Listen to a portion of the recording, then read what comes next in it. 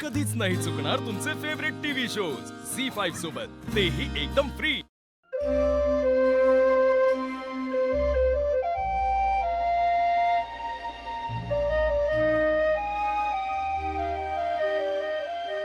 हे जे काही घडलंय ते घडायला नको होतं।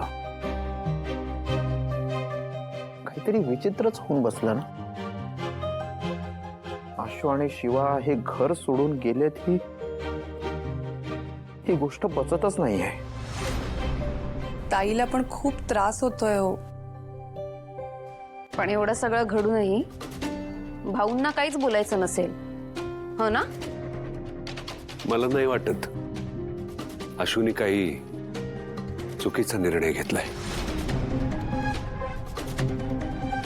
सीताने तिचा हट्ट सोडला असता तर हा असा निर्णय घ्यायची आशूवर वेळच आली नसती।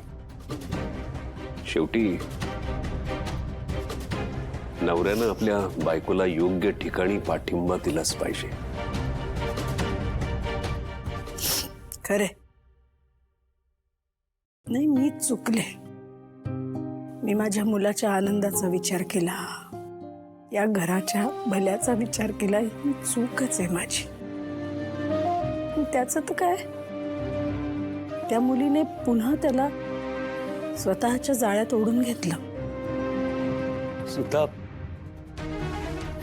पुन्हा तेच करतेस तू। शिवानं आपल्या आशूला जाळ्यात नाही ओढलं। आशूला शिवावरच्या त्याच्या प्रेमाची खात्री पटली, जे त्याचं तिच्यावर आधीपासून होतं। हो, पण आशू गायब होता ना भाऊ, आणि आला कोणासोबत? शिवासोबत ना। किट्टू डार्लिंग, हे बघ, आता बरंच काही घडून गेलेलं आहे। वातावरण तापलंय। ऐक जरा, लिसन लिसन, ओके?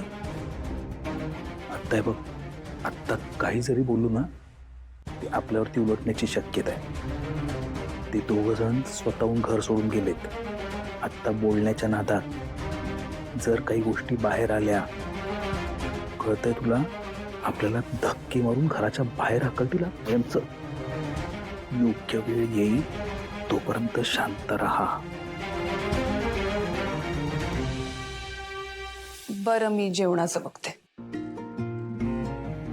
नाही नाही, ते काय नाही भाऊ। मी जातो उद्याच्या उद्या आणि आशूशी बोलतो, नाही. त्याला समजावतो मी।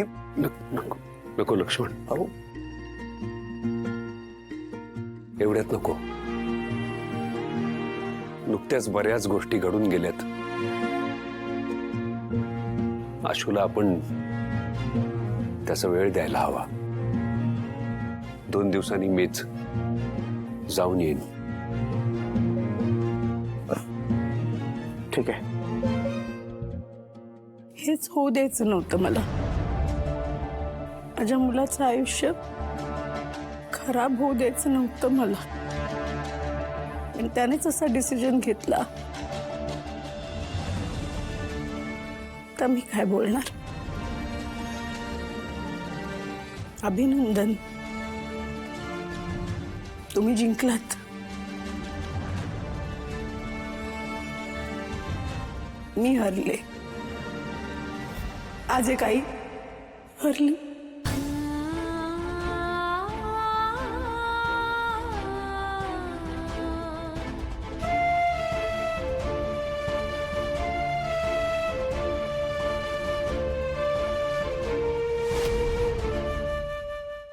झी5 ॲप डाउनलोड करा आणि पहा सर्व एपिसोड्स एकदम फ्री।